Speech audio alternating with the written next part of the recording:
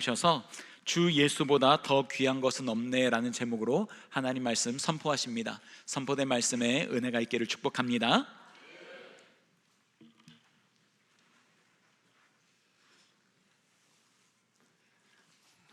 안녕하세요. 여러분들 주보 간지에 보면 이거 종이가 있어요. 그 가스펠 프로젝트 성경 공부 신청서가 쓰여져 있습니다. 저희 교회는 수요일 날 예배를 드리는데 무엇보다 가스펠 프로젝트라는 성경 공부 교재를 통하여서 성경을 읽으면서 어떻게 복음을 더 잘 이해할 수 있을까, 이것에 초점 맞춰서 수요 예배를 진행하고 있습니다. 참으로 감사한 건 무엇이냐면 우리 교회 부목사님들이 설교를 굉장히 잘 하십니다. 특별히 너무너무 잘해 주시는데 참여가 조금 저조해요 요즘에. 그래서 여러분들 가스펠 프로젝트 이번 주제가 복음 위에 세워진 교회예요. 우리가 신앙생활할 때 가장 중요한 것 중에 하나는 무엇이냐면 복음을 정확히 이해하는 것인데, 이번 교재가 그와 같은 초점을 맞춰서 기록되어졌고 그것을 또한 우리 교회 목사님들이 잘 전해 주실 거예요. 그래서 필요한 게 한 가지가 있는데 여러분이 참여하셔야 됩니다. 그래서 고민 많이 하지 마시고 오늘 신청서가 여기 쓰여져 있으니까 혹시 볼펜 필요하신 분 계십니까? 그러면 뒤에 안내 데스크 우리 안내위원들이 볼펜을 나눠드릴 테니까 지금 쓰시고 결단하셔서 나가시면서 바로 제출해 주셨으면 좋겠습니다. 그래서 이번 기회에 복음 위에 세워진 교회가 무엇인지 가스펠 프로젝트를 통하여서 은혜를 더 받으실 수 있는 귀한 기회로 삼아 주시기를 부탁의 말씀을 드립니다. 아멘. 반갑습니다. 예수님을 알고 알게 하는 목자 안성용입니다.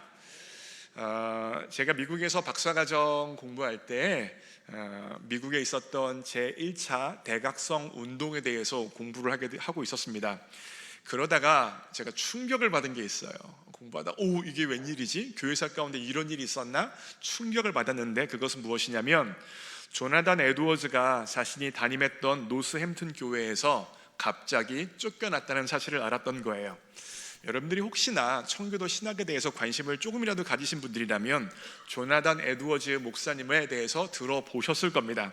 청교도 신학의 대부요, 위대한 설교가요, 신학자요, 초대 프리스턴에서 총장을 했던 사람이에요.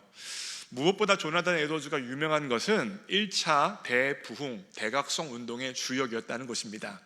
조나단 에드워즈가 그 대각성 운동을 일으켰을 때에 이분이 특별히 일으키려고 했던 것이 아니라 이분이 설교를 했어요. 하나님의 진노 아래 놓여져 있는 죄인들이라는 교회사에서도 굉장히 유명한 설교이고 예전에는 미국의 교과서에도 실려있던 설교문이에요. 그 설교문을 가지고 설교를 하는데 갑자기 성령 하나님의 역동적인 임재가 나타나서 그 말씀을 들으며 성도님들이 자복하고 회개하고 통회하고 대굴대굴 구르고 갖가지 성령의 이적과 기사가 나타났어요.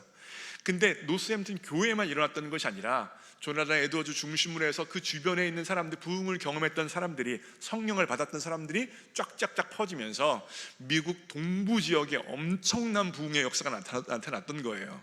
그게 미국의 역사를 기록하면서도 너무나 대단한 사건이라 제1차 대각성 운동이라고 해서 가르쳐지고 있습니다. 그 주역이 되었던 게 바로 조나단 에드워즈인데, 그 주역의 부흥을 경험했던 교회가 바로 노스햄튼 교회인데 조나단 에드워즈가 그 교회에서 쫓겨났다는 것입니다. 제가 이 사실을 이제 알게 되어졌고, 나중에는 한번 제가 이 사실을 원래 알고 있었으니까 미국에서 공부하면서 보스턴에 있을 때 한번 가봤어요. 사진이 바로 이겁니다. 노스햄튼 교회. 지금 현재 모습은 노스햄튼 교회가 저렇게 되어져 있고요. 기념사진 찍어야 돼서 제 아들이 기념사진 이렇게 찍었고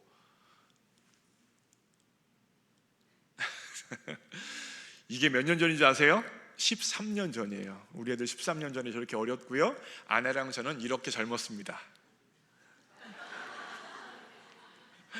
저기 13년 전이더라고요. 와, 세월이 얼마 전인 것 같은데 벌써 13년 전에 있었던 일입니다. 그래서 노스햄튼 교회 정문 앞에서 아내랑 저랑 저렇게 사진을 찍었습니다. 여러분 생각해 보세요. 왜 이 위대한 신학자가 부흥운동의 주역이 자신이 23년간 담임 목했던 교회에서 쫓겨난 일을 겪었을까요? 박사과정 수업을 들으면서 너무 궁금한 거예요. 말이 안 되는 일이 일어났잖아요. 지금도 여러분 장로교 분들 같은 경우에, 장로교 신학하신 분들 같은 경우에는요, 뭐 칼빈하면 껍벅 숙이고 조나단 에드워즈 그러면 껍벅 숙여요. 그 정도로 대단하신 분인데 왜 이런 일이 일어났을까? 굉장히 의문을 가득 찬 눈으로 제가 공부를 했습니다. 조나단 에드워즈 목사님은 자신이 담임했던 교회에 여전히 구원받지 않은 사람들이 많다고 생각이 들었습니다. 자신이 담임했던 교회의 성도님들이 신앙 고백을 물론 했어요. 예수님을 구원자 주님이라고 고백을 했고 세례까지 받았습니다. 뿐만 아니라 예배에 잘 참석을 했고 교회에서 봉사도 했고 헌금 생활도 착실하게 잘했어요. 거기에 더해서 사회적으로도 굉장히 건실한 시민으로서 살아가는 사람들이 바로 자신의 교회의 성도들이었어요. 그런데 에드워즈 목사님은 그들의 구원이 의심스러웠습니다. 왜냐하면 구원받은 백성들은 세상 무엇보다 예수님을 더 사랑하는 마음을 가져야 되는데 자신이 담임하고 목회하고 있는 교회 성도들은 예수님보다 세상을 더 사랑하는 것 같았던 거예요. 이와 같은 의심스러운 상황 가운데 목사가 구원받았다는 확신을, 성도들에게 잘못된 확신을 주게 되어지면, 그들은 구원받지 않았는데 목사가 너 구원받았어라고 말해서 구원받았다고 스스로 착각했다가 구원을 받지 못하는 일이 벌어지면 성도의 영혼을 책임지는 목사로서 그런 일이 있어서는 안 되겠다고 에드워즈 목사님이 생각을 했던 것입니다. 그러면서 에드워즈 목사님은요, 성찬식에 참여하는 굉장히 까다로운 조건을 제시했습니다. 예를 들면 이런 거예요. 예수님 앞에서 자신의 죄가 얼마나 무섭고 추악한 것인지 통감하며 주체할 수 없는 눈물과 함께 회개를 해본 적이 있는가? 예수님을 나의 구원자와 주님이라고 고백했고 그 사실로 인하여 감격하여 하나님 앞에 예배를 드려본 적이 있는가? 거룩하신 하나님 앞에서 두려워 떤 적이 있는가? 그 결과 삶에 현격한 변화가 나타났는가? 이와 같은 질문들을 노스햄튼 교회 성도들에게 했고 내적 외적 변화가 확실한 사람들만 성찬식에 참여시켰습니다. 이번 돌아오는 금요일에 성금요일에 우리 교회 성찬식 하죠. 제가 만약에 어떤 분들에게 이번에 성찬식 참여하지 마세요라 그러면 어떤 분들은 그냥 그래요 하지 않을게요 이렇게 생각하실 수도 있어요. 성찬식에 대해서 커다란 의미를 아마 지금은 부여하지 않을 수도 있습니다. 그런데 에드워즈 시대는 청교도 시대예요.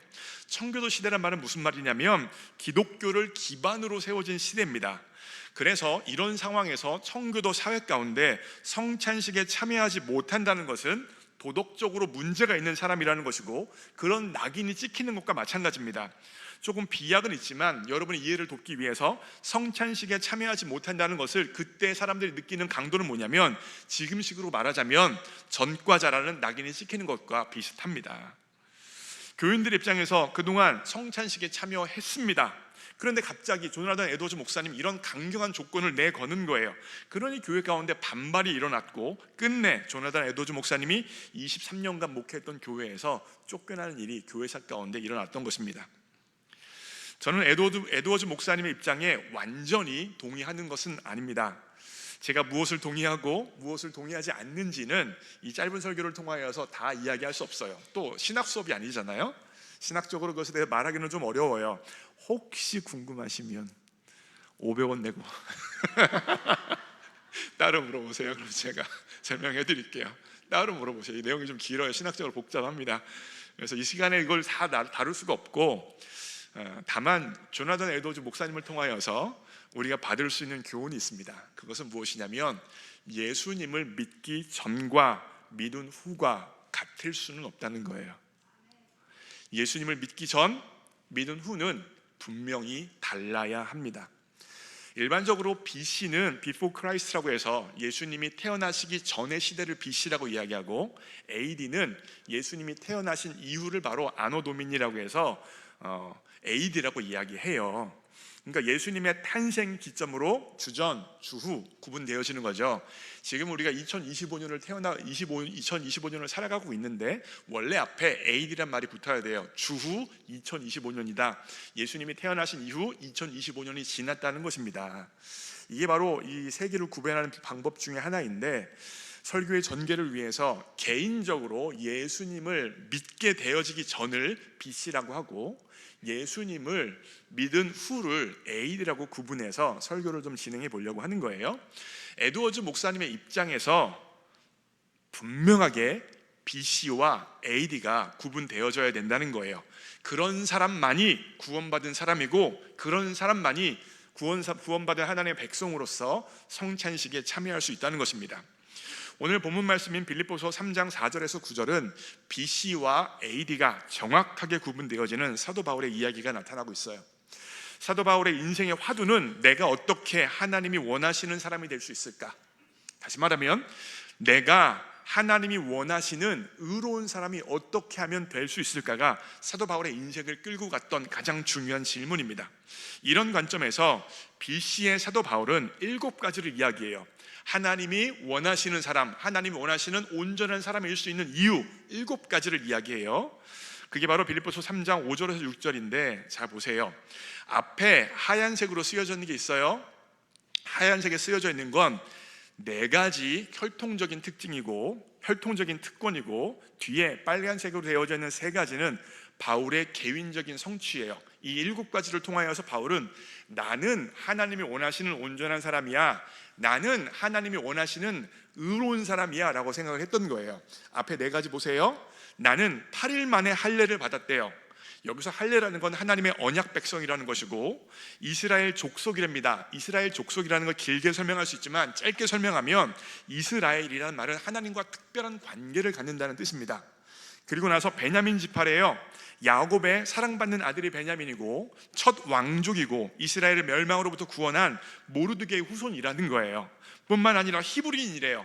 히브리인이라는 건 사도 바울은 사실 팔레스타인에 살았던 사람은 아니에요. 이방 땅 5사람인데 이방 땅에 살았지만 이방인들과 피가 섞이지 않은 순수 혈통이라는 것입니다.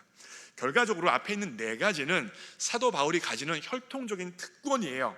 우리식으로 이야기하면 뼈대 있는 집안이라는 거예요. 뼈대 있는 가문에서 태어났다. 우리들 집안은 너네들 집안이랑 달라. 뼈대 있는 가문이야. 미국식으로 말하면 태어났더니 트럼프 아들이라는 겁니다. 나 트럼프 아들이야. 할 말이 있어? 바로 이거예요. 자부심이죠. 자긍심입니다. 뿐만 아니라 혈통적으로 이와 같이 대단하실 뿐만 아니라 개인적인 성취 이 3가지도 엄청납니다. 율법으로는 바리새인이래요. 여러분 바리새인은 가지고 태어나는 것이 아니라 획득하는 것입니다. 무슨 말이냐면 율법을 정확히 공부해서 우리식으로 이야기하면 율법의 박사 학위를 받아야 바리새인이라고 인정받을 수 있어요.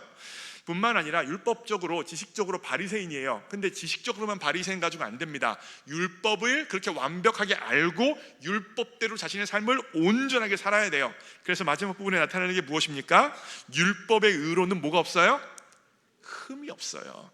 그 바울의 노력과 열심에 의해서 율법을 완전하고 온전하고 완벽하게 나는 지켜냈다라고 이야기해요. 그리고 그 중간에 뭐라고 나오고 있습니까? 열심으로는 교회를 박해한다.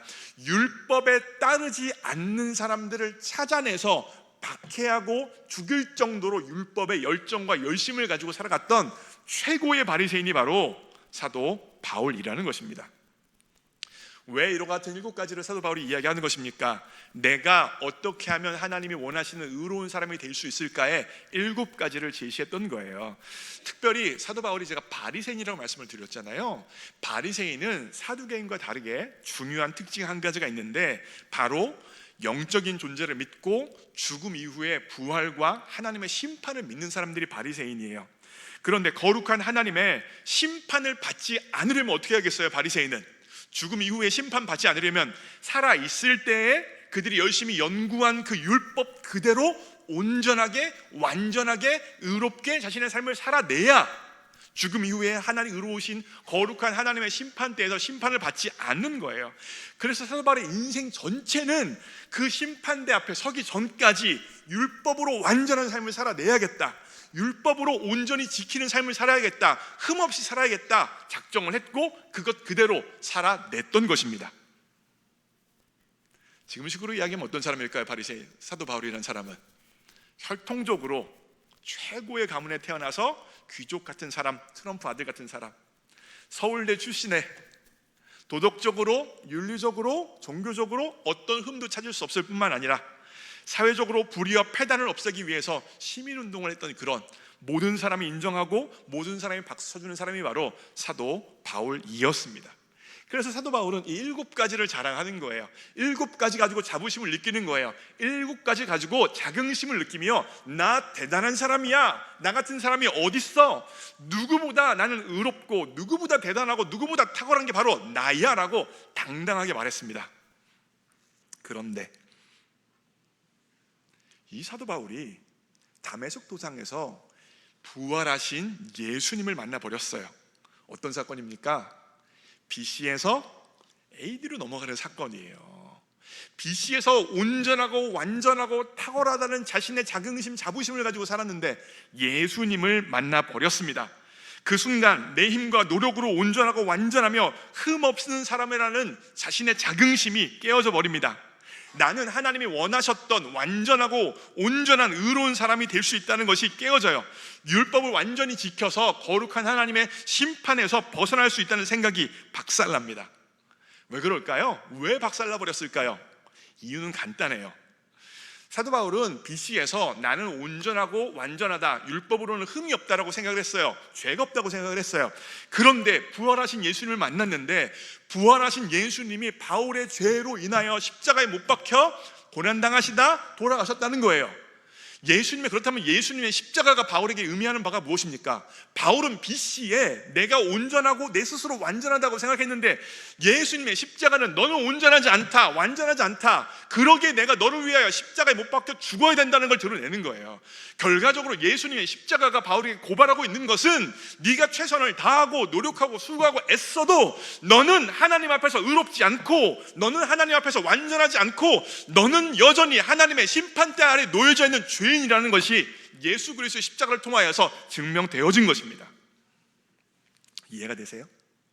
이 순간 바울이 깨닫는 거예요. 의로움은 예수님의 하나님의 심판대 앞에서 설 수 있는 유일한 근거는 내 혈통도 아니고 내가 가지고 있는 지식도 아니고 내가 지켜낸 율법도 아니라 오직 예수 그리스도의 보혈의 공로밖에 없구나, 이걸 깨닫는 것입니다. 그게 바로 빌립보서 3장 9절입니다. 읽습니다. 시작. 내가 가진 의는 에서 난 것이 아니고 오직 그리스도를 믿음으로 말미암은 것이니 곧 믿음으로 하나님께로부터 난 의라. 이것이 바로 BC에서 AD로 넘어가는 사도 바울의 고백이에요. 생각해 보세요. 내가 가진 의는 내가 율법을 완전히 지켜서 달성하고 성취한 게 아니라 오직 은혜로, 오직 믿음으로 주어지는 하나님의 의, 예수 그리스도를 통하여 덧입게 되어지는 의구나, 이 사실이 바울에게 깨달아졌어요. 그걸 깨닫는 순간 바울은 딴 사람이 됩니다. 구원을 허락하신 예수님만 생각해도 감동이 되어지는 거예요. 예수 그리스도의 십자가만 생각해도 감격이 되어지는 거예요. 내가 그렇게 애쓰고 수고하고 노력했음에도 불구하고 거룩하신 하나님의 심판대 앞에 설 수 없었는데, 내 노력과 열심과 열정으로 안 되어졌는데 그 모든 것이 십자가에 예수 그리스도를 통하여 되어졌구나, 예수님이 나의 의로움이구나, 예수님으로만 나는 설 수 있구나가 깨달아지니까 주 예수보다 귀한 것이 없게 되어졌습니다. 존귀하신 예수님이 얼마나 귀하다는 사실이 깨달아지는 거예요. 그 존귀하신 예수님을 깨닫게 되어지니 그 예수님, 존귀하신 예수님, 가장 귀하신 예수님 앞에서 모든 것이 배설물로 여겨졌다는 것이 바로 사도 바울의 고백입니다. 본문 7절 8절 제가 읽어요. 그러나 무엇이든지 내게 유익하던 것을 내가 그리스도를 위하여 다 해로 여길 뿐더러. 8절이에요. 또한 모든 것을 해로 여김은 내 주 그리스도 예수를 아는 지식이 가장 고상하기 때문이라. 내가 그를 위하여 모든 것을 잃어버리고 배설물로 여김은 이라고 기록하고 있어요. 여러분, 제 시대 때 그냥 친구들끼리 농담 삼아 하던 말들이 있는데 바로 이 말이에요. 연예인 앞에 서면 다 오징어가 된다, 이런 말 들어보셨어요? 연예인 앞에 서면 다 오징어가 된다. 평소에 나는 좀 괜찮게 생겼다고 생각했습니다. 나 예쁘다고 생각했어요. 그런데 진짜 예쁜 연예인 옆에서 사진을 찍었더니 나는 오징어예요. 나는 그리 잘생기지도 않고 그리 예쁘지도 않다라고 인정할 수밖에 없는 겁니다. 왜 그런 거예요? 진짜 예쁘고 잘생긴 사람 앞에 서게 되어지니까 나의 민낯이 나타나는 거예요. 비슷해요. 이전에는 사도 바울이 자신의 가문과 혈통을 자랑했습니다. 자신의 도덕과 자신의 윤리를 자랑했어요. 자신이 괜찮은 사람이라고 생각했어요. 자신의 지식과 학위를 자랑했어요. 자부심을 느꼈어요. 그런데 하나님이 원하셨던 진짜 의로움, 예수님 앞에 서게 되어지니까 가짜가 가짜로 판명나는 것입니다. 이 예수 그리스도가의 존귀하심 앞에 서게 되어지니까 내가 노력하고 성취하려고 했던 의로움이 아무것도 아니었구나, 부족한 것이었구나, 온전하지 않은 것이었구나 깨닫게 되어지는 것입니다. 왜 그렇습니까? 오직 예수 그리스도를 통하여서만 우리는 거룩하신 하나님 앞에 설 수 있기 때문입니다. 사랑하는 새벽가족 여러분, BC에서 AD로 넘어가는 정확한 경험이 있으십니까? 내 죄 때문에 가슴을 치며 울어 보셨습니까? 내 죄로 인하여 사무치며 아파하며 하나님 앞에 꿇어 엎드려 보셨습니까? 예수 그리스도의 십자가가 너무 감사하고 그 은혜가 너무 내 가슴에 차고 넘쳐 감격하며 십자가에 달리신 예수 그리스도를 찬양해 보셨습니까? 예수보다 더 귀한 것이 없다라고 전심으로 고백해 본 적이 있으십니까? 우리가 조나단 에드워즈와 빌립보서 3장 4절에서 9절에 나타난 사도 바울을 통하여서 분명히 배워야 할 것이 있습니다. 예수님을 믿기 전과 후는 같을 수 없어요. BC가 AD로 바뀌는 것처럼 바뀌어야 한다는 것입니다. 통회와 자복이 있어야 하고 감사와 감탄이 있어야 하고 찬양이 나와야 한다는 것입니다. 만약에 이런 경험과 이런 체험을 하지 못했다면 이런 경험과 체험을 사모해야 한다는 것입니다. 단지 예수 그리스도의 십자가가 주 예수보다 귀한 것이 없다는 것이 지적인 동의가 아니라 내 마음과 감정을 움직이는 내 인생의 원동력이 되어져야 한다는 것입니다. 그것을 소원하고 그것을 갈망하고 예배드리고 기도하고 말씀을 읽고 교제하며 나아가는 일들이 우리에게 있어야 된다는 거예요. 이것이 있어야만 구원받는다는 것은 아니지만 이것 없이 하나님이 원하시는 신앙생활을 제대로 하기는 어렵다는 것입니다. 이 구원의 감격에 대해서 페니 크로스비가 쓴 유명한 찬송가가 있습니다. 찬송가 288장, 예수로 나의 구주 삼고예요. 가사의 내용 하나하나가 다 귀해요. 그런데 3절 가사 보세요. 주 안에 기쁨 누림으로. 어디 안에서 기쁨을 누려요? 주 안에서 기쁨을 누리니까 예수님이 가장 귀하고 주 예수보다 귀한 것이 없다는 고백이 정확하니까 마음의 풍랑이 어떻게 되어져요? 잔잔해지는 거예요. 여러분, 그리스도인으로 살아간다고 해서 풍랑이 없는 것은 아닙니다. 풍랑이 분명히 있어요. 그런데 그 풍랑이 무엇 앞에 잠잠해지는 것입니까? 주 예수보다 귀한 것은 없다는 정확한 신앙의 고백 가운데 그 풍랑이 잠잠케 되어지는 거예요. 그리하여 페니 크로스가 뭐라고 고백해요? 세상과 나는 간 곳 없고 뭐만 보여요? 구속한 주만 보이도다. 주 예수 그리스도가 내 인생 가운데 가장 귀하고 내 인생 가운데 주 예수보다 귀한 것이 없으니 그 진짜 앞에서 모든 것이 부족할지라도 그리스도만 보이니 잠잠해진다는 것입니다. 이것이 바로 나의 간증이요, 이것이 바로 나의 찬송일세. 그리하여 주 예수보다 귀한 게 없어서 나 사는 동안 끊임없이 구주를 찬송하리로다. 혹시요, 이전에 구원의 감격이 있었습니다. 주 예수보다 귀한 것은 없다라고 고백을 했어요. 그런데 그 고백이, 그 체험이, 그 경험이 오래되어져서 너무 흐릿해진 것은 아닙니까? 이젠 주 예수보다 더 귀한 게 많아져서, 예수님은 여전히 제 안에 있어요. 근데 주 예수보다 귀한 게 너무 많아서, 예수님보다 귀한 게 많은데 이것이 내 생각대로 되어지지 않으니까 내 인생 가운데 더 큰 풍랑으로 느껴지는 것은 아닙니까? 이미 구원받았는데 어느새 주 예수보다 귀한 게 너무 많은 인생, 그리하여 내 마음 가운데 예수님이 너무나 작아지고 예수님이 너무나 초라해진 것이 우리들의 모습은 아닐까요? 여러분, 화가 박수근이라는 분을 아시는지 모르겠어요. 이분이 굉장히 유명한 그림을 그렸습니다. 박수근의 빨래터란 그림인데 이게 바로 이런 그림이에요. 이 그림에 얽힌 이야기가 굉장히 큰 메시지가 있어요. 이 그림은 2007년에 서울 옥션 고미술 경매에서 2007년 기준에 45억 2천만 원에 팔렸습니다. 당시 기준으로 한국 경매 사상 최고가였어요. 이 그림을 가지고 있던 사람이 존 닉슨이라는 사람인데 닉스라는 사람인데 존 닉슨은 1953년에 한국과 일본을 왔다 갔다 하면서 무역업을 했던 사람입니다. 그런데 박수근 화가가 일본으로 출장 가는 존 닉스에게 물감과 캔버스 등 필요한 미술 작업에 필요한 것들을 좀 사달라고 부탁을 했는데 존 닉스가 좋은 마음으로 그와 같은 것들을 사다 준 거예요. 근데 박수근 화가가 당시 어려운 시대잖아요. 자신이 물질적으로 풍요롭지도 않으니까 뭔가 대단한 것을 줄 수도 없으니까 이 그림을, 박수근의 팔레트라는 그림을 존 닉스에게 줬어요. 닉스는 그 그림을 간직하다가 미국에 갈 때 가지고 갔습니다. 처음에는 집에 걸어놨어요. 그런데 시간이 지나고 50년쯤 지나니까 그림에 대해서 별로 중요하게 생각하지도 않고 그림이 큰 의미도 없으니까 집에 걸어놨던 그림을 지하실에 내팽겨쳐 뒀던 것입니다. 그러면서 50년이 지났어요. 그러던 어느 날 닉스의 딸이 샌프란시스코 경매 잡지에 나온 박수근의 여러 작품들을 보게 되어져요. 근데 그 작품들을 쭉 보다 보니까 예전에 집에서 보던 그림과 화풍이 비슷한 거예요. 그래서 부모님에게 연락을 합니다. 아니, 이 그림이 굉장히 지금 비싸게 팔리고 있는데 우리 집에 비슷한 거 있지 않아? 그래서 있었는데 어딨지 찾아보다 보니까 지하실 창고에 있는 거예요. 그래서 혹시 모르니까 한번 검증을 해보자, 전문가에게 줘보자 해서 전문가에게 검증을 했더니 박수근의 진품이었고 끝내는 45억 2천만 원에 팔렸던 겁니다. 귀한지 몰랐어요. 처음에 박수근에게 그 그림 받았을 때 이거 귀하다고 생각했겠어요?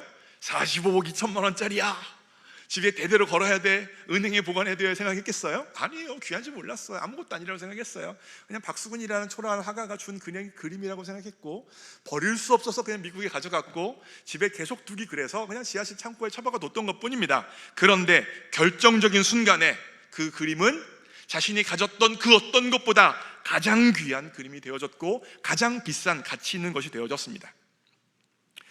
여러분, 우리가 예수님을 구원자 주님으로 영접하면 예수님께서는 완전한 의로움을 여러분과 저에게 입혀 주십니다. 이거 성경에서 예수님으로 옷 입는다고 이야기합니다. 예수님으로 옷을 입어버려서 거룩하신 하나님 우리를 봤을 때 우리의 연약함이 안 보이시고 우리의 부족함이 안 보이시고 우리의 죄됨이 보여지지 않는 거예요. 예수님으로 옷 입었기 때문입니다. 이게 바로 칭의라는 사건이에요. 그런데 이와 같이 예수님으로 옷 입는 것, 칭의를 받는 것에 대해서 우리가 감격을 제대로 하지 못해요. 얼마나 귀중한지 모릅니다. 얼마나 소중한지 모릅니다. 예전에는 소중하다고 생각을 했는데 시간이 지나니까 칭의의 의에 대해서 계속해서 듣고 십자가에 대해서 듣고 하나님의 사랑과 은혜에 대해서 많이 듣다 보니까 어느 순간 이게 귀한지도 모르고 가치 있는지도 모르고 의미 있는지도 모르고 집에 걸어놨다가 마치 창고에 내팽겨쳐 버리는 것이 바로 칭의의 은혜라는 거예요. 귀하게 여기지 않는 것입니다. 그런데 결정적인 순간이 옵니다. 바로 하나님의 심판대 앞에 서는 순간이에요. 히브리서 9장 27절은 이야기합니다. 한 번 죽는 것은 사람에게 정해진 것이요 그 후에 심판이 있으리니. 사랑하는 새벽가족 여러분, 그 하나님의 거룩하신 심판대 앞에서 우리가 자랑할 것이 무엇이겠습니까? 우리의 혈통을 자랑하겠습니까? 우리가 뼈대 있는 집안이라고 이야기하겠어요? 내가 이렇게 대대적으로 모태 신앙이로 뼈대 있는 가문에서 살았습니다를 하나님 앞에 드러내겠습니까? 아니면 내가 주일 성수했습니다, 11조 했습니다, 교회에서 봉사했습니다, 섬겼습니다, 이런 것들을 가지고 세상에서도 복음을 전했습니다, 다양한 활동들을 하나님 앞에 자랑할 수 있겠습니까? 그 순간 자랑할 수 있는 것 한 가지, 유일한 것은 무엇입니까? 예수 그리스도의 보혈의 공로인 줄 믿습니다. 우리가 자랑할 수 있는 것 단 한 가지, 거룩한 하나님의 심판대 앞에 설 수 있는 이유 한 가지는 예수 그리스도의 십자가의 보혈의 공로입니다. 그 순간 우리는 깨닫게 되어질 것입니다. 주 예수보다 귀한 것은 없다고. 그 전에 자랑했던 모든 것들은 헛된 것이고 내가 자랑할 수 있는 유일한 한 가지는 예수님밖에 없고 예수님의 은혜밖에 없고 십자가의 보혈의 공로만이 나의 유일한 자랑이요 자부심이요 가치라고 고백하게 되어질 것입니다. 마지막 심판대에서만이 아니라 오늘 다시 주 예수보다 귀한 것이 없다고 고백하기 원합니다. 오늘 아침 일입니다. 제가 이제 교회 가려고 준비를 하고 있었어요. 근데 제 아내가 갑자기 여보 오늘 결단 찬양 뭐예요? 라고 물어보더라고요. 그래서 제가 주 예수보다 귀한 것은 없네. 아내한테 말을 잘해야 되는데 이렇게 말이 잘 안 나요. 주 예수보다 귀한 것은 없네 그랬어요. 그랬더니 제 아내가 유튜브에서 주 예수보다 귀한 것은 없네를 틀어놓더라고요. 그래서 찬양이 이제 교회 가려고 준비하는데 계속해서 흘러나왔어요. 저도 듣고 아내도 듣는데 제 아내가 그냥 지나가는 말로 혼잣말인 것 같아요. 혼잣말로 이런 말을 하더라고요. 예수님보다 귀한 게 너무 많아서 내 마음이 어렵나 봐 그러더라고요. 여러분은 어떠세요? 곰곰이 한번 생각해 보세요. 예수님이 가장 귀하면 아까 팬니 크로스비가 고백했죠. 그렇죠? 어떻게 되어준다고요? 팬니 크로스비가 주 안의 기쁨 누림으로 마음의 풍랑이 잠잠해요. 예수님보다 귀하다고 생각하는 게 있는데 그게 내 생각대로 안 되니까 마음의 풍랑이 일어나는 거잖아요. 그런데 예수님이 귀해요. 다른 무엇보다 비교할 수 없을 정도로 탁월하게 귀해요. 가장 귀해요. 그 예수님의 귀하심 앞에 모든 것들은 해고 배설물로 여기는 마음이 있으면 그 해와 배설물이 내 생각대로 안 된다고 할지라도 내 인생이 흔들릴 수 있겠습니까? 아니에요. 흔들릴 수 없어요. 어느 순간 그것이 예수님만큼 귀해졌기 때문에 내 인생이 흔들리고 내 마음이 흔들리고 내가 힘든 것입니다. 그리하여 이 아침에 다시 한번 신앙의 본질로 나아가기 원합니다. 결단 찬양을 잡은 것이 바로 주 예수보다 귀한 것은 없네라는 찬양입니다. 이 찬양의 가사를 통하여서 하나님 주 예수보다 귀한 것이 없다는 내 이 신앙의 고백, BC에서 AD로 넘어가는 이 고백이 진실된 고백이 될 수 있도록 역사하여 주옵소서. 특별히 오늘은 종료주일입니다. 종료주일에 예수님께서 예루살렘에 입성하실 때 예루살렘 거민들이 뭐라고 얘기했습니까? 호산나 다윗의 자손이여 주의 이름으로 오시는 이여 호산나라고 예수님을 찬양했죠. 이 종료주일에, 우리들의 종료주일에 주 예수보다 귀한 것은 없다라고 우리가 할 수 있는 가장 중요한 찬양을 하나님 앞에 올려드리겠습니다. 찬양합니다.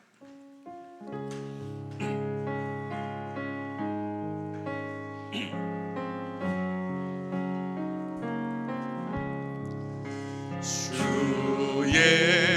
예수보다 더 귀한 것은 이 세상 부귀와 이 세상 부귀와 바꿀 수 없네. 영주를 내 대신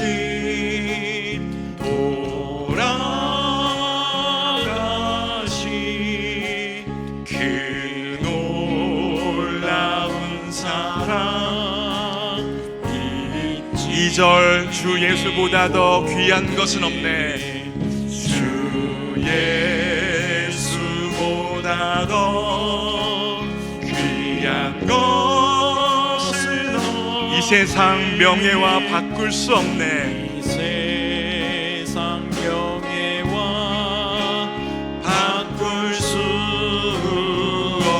이전에 즐기던 이전에 즐기던 세상 일도 주 섬기는 내 마음, 주 사랑하는 마음 뺐지. 세상 즐거움 다 버리고 세상 즐거움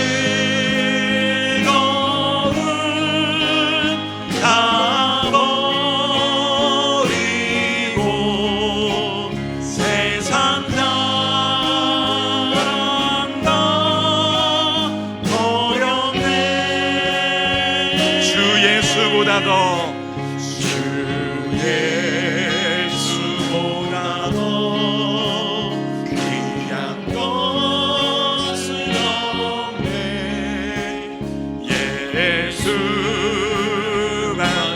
예수밖에는 3절 주 예수보다 더 귀한 것은 주 예수보다 더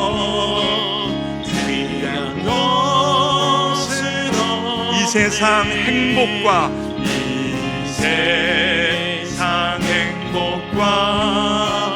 바꿀 수 유혹과 핍박이 몰려와도 유혹과 핍박이 몰려와 주 섬기는 내 맘 변치 않아. 섬기는 내 맘 변치 세상 즐거움 다 버리고 세상 즐거움 다 버리고 세상 사랑 다 버렸네. 주 예수보다 더 귀한 것은 없네. 마지막으로 한 번 더 세상 즐거움 다 버리고 없네. 세상 즐거움 다 버리고 세상 사랑 다 버렸네. 주 예수보다 더 귀한 것은 없네. 예수밖에는 없네. 사랑하는 새벽가족 여러분, 어느 순간 예수님보다 더 귀한 것이 내 삶에 가득히 차버린 것은 아닙니까? 예수님이 가장 귀하다고, 예수님만 있으면 된다고, 나를 위해 십자가를 마다하지 않으신 그 예수님 한 분으로 충분하다고 그렇게 고백했는데, 어느 순간 예수님보다 귀한 것이 많아지고, 예수님보다 사랑하는 게 많아지고, 예수님보다 원하는 게 더 많아져서 지금 우리의 신앙이 이렇게, 우리의 인생이 이렇게 흔들리고 있는 것은 아닙니까? 이 종료주일에 호산나 다윗의 자손이여 주의 이름으로 오시는 이 주여 호산나 했던 것처럼 예수님, 내 인생에 예수님이 가장 귀중합니다. 예수님보다 소중한 것은 없습니다. 주 안에 기쁨 누림으로 내 마음에 풍랑이 잠잠하니 세상과 나는 간 곳 없고 구속한 주만 보이는 인생 되어지기 원합니다. 이것이 나의 간증이요, 이것이 나의 찬송입니다. 나 사는 동안 끊임없이 가장 존귀한 예수님을 바라보며 찬양하며 살아가기로 결단하오니 성령 하나님, 내 마음을 지켜 주옵소서. 주 예수를 아는 지식이 가장 고상합니다. 주 예수 그리스도가 가장 귀중합니다. 이 고백을 가지고 이 종료주일에 주님을 맞이할 수 있도록 내 마음에 일하여 주옵소서. 주님의 이름 한 번 부르고 통성으로 기도합니다. 주여! 사랑하는 하나님 아버지, 도와주시길 간절히 원합니다. 주 예수보다 중요한 것이 없습니다. 주 예수보다 중요한 것이 없습니다. 하나님 도와주시고 역사하여 주셔서 우리의 신앙의 본질을 향하여 나아갈 수 있도록 역사하여 주옵소서. 우리 모두가 끝내는 거룩하신 하나님의 심판대에 서게 되어질 텐데, 그 순간 우리가 자랑할 게 무엇입니까? 내가 가지고 있는 물질도, 내가 가지고 있는 지식도, 내가 가지고 있는 자녀도 거룩하신 하나님의 심판대 앞에서 자랑할 수 없습니다. 그 순간 우리는 깨닫게 되어질 것입니다. 내가 자랑할 건 나를 위해 십자가에 달리신 예수 그리스도 한 분이라는 사실을 기억할 것입니다. 그 십자가에 달리신 예수님을 자랑하고 예수님을 드러내고 예수님으로 만족한 인생이 오늘 내가 사랑하는 인생 되어줄 수 있도록 역사하여 주옵소서. 사도 바울은 분명히 말하고 있습니다. 주 예수를 아는 지식이 가장 고상하다고, 주 예수를 아는 지식이 가장 고귀하다고, 예수님을 아는 것보다 더 중요한 것이 없고 예수님보다 더 소중한 것이 없다고 이야기하고 있습니다. 성령님, 성령님, 이 신앙의 본질로부터 정확히 우리가 서서 주옵소서. 신앙생활할 수 있도록 역사하여 주시옵소서. BC에서 A로 넘어가는 고백이 정확하고 선명할 수 있도록 도와주옵소서. 내가 아무리 거룩하신 하나님의 심판대 앞에 서서 내 윤리와 내 도덕과 내 순종으로 설 수 없습니다. 그러하게 우리는 심판대 앞에 서서 나로 인하여 절망하고 나로 인하여 탄식할 수밖에 없는 것이 바로 우리들의 현실적인 모습이라는 사실을 고백하며, 하나님 그 순간 유일한 내 삶의 근거요 자랑이신 예수 그리스도의 십자가를 바라보게 하여 주시고, 예수님을 가장 귀하게 여기는 마음이 우리의 마음을 차고 넘칠 수 있도록 도와주옵소서. 주 예수보다 귀한 것은 없습니다. 주 예수님이 가장 귀중합니다. 주님, 이 신앙의 고백이 오늘 우리의 삶이 되어줄 수 있도록 인도하여 주시옵소서.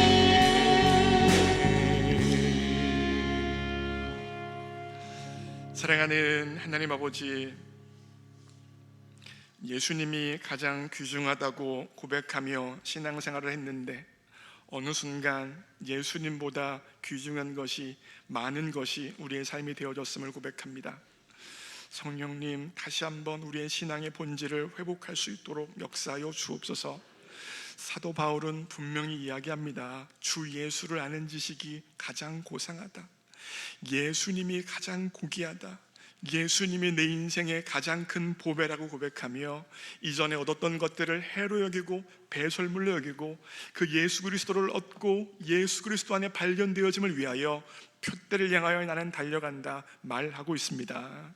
하나님, 이와 같은 사도 바울의 고백이 우리의 고백되어질 수 있도록 역사하여 주시옵소서. 주 예수보다 귀한 것이 없다는 정확한 고백을 가지고 주 안에 기쁨을 누리게 하여 주시고, 마음의 풍랑이 잠잠하게 하여 주시고, 세상과 나는 간 곳 없게 하여 주시고, 구속한 주만 보이는 신앙생활 될 수 있도록 역사하여 주옵소서. 그 신앙을 통하여서 이것이 나의 간증이요, 이것이 나의 찬송이라, 나 사는 동안 끊임없이 나를 구원하신 가장 존귀하신 예수님만 찬양하는 우리의 삶이 되어줄 수 있도록 성령님 일하여 주시옵소서. 주님께 모든 걸 의탁합니다. 예수님의 이름으로 기도합니다. 아멘. 다 함께 일어나셔서 한 번 더 찬양합니다.